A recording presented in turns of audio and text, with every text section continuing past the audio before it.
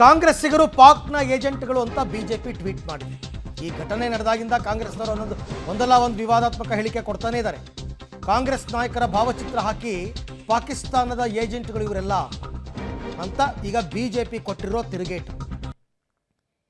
ಅದೇನ ಈಗ ಕೆಲವರೆಲ್ಲ ಮಾತುಗಳನ್ನ ಆಡಿದ್ರಲ್ಲ, ನಮ್ಮ ರಾಜ್ಯದ ನಾಯಕರು, ಕೇಂದ್ರದ ಕಾಂಗ್ರೆಸ್ ನಾಯಕರು, ಕಾಂಗ್ರೆಸ್ ಪಾಕಿಸ್ತಾನ್ಸ್ PR ಏಜೆಂಟ್ಸ್ ಅಂತ ಹಾಕ್ಬಿಟ್ಟು ಅವರೆಲ್ಲ ಫೋಟೋ, ಸಿದ್ದರಾಮಯ್ಯನ ಫೋಟೋ ಇದೆ, BK ಹರಿಪ್ರಸಾದ್ ಫೋಟೋ ಇದೆ, ದಿಗ್ವಿಜಯ್ ಸಿಂಗ್ ಫೋಟೋ ಇದೆ, ಕಾಂಗ್ರೆಸ್ನ ನಾಯಕರುಗಳ ಫೋಟೋಗಳೆಲ್ಲ ಅಲ್ಲಿ ಹಾಕಿದ್ದಾರೆ. ಒಂದು ಕಡೆ BJP, ಒಂದು ಕಡೆ ಕಾಂಗ್ರೆಸ್ನವರು ಪ್ರಧಾನಿ ಮೋದಿಯನ್ನು ಗಾಯಬ್ ಅಂತ ಹೇಳಿದರೆ, ಇವರು PR ಏಜೆಂಟ್ಸು ಪಾಕಿಸ್ತಾನಕ್ಕೆ ಅಂತ ಇವ್ರು ಹಾಕ್ಕೊಂಡಿದ್ದಾರೆ.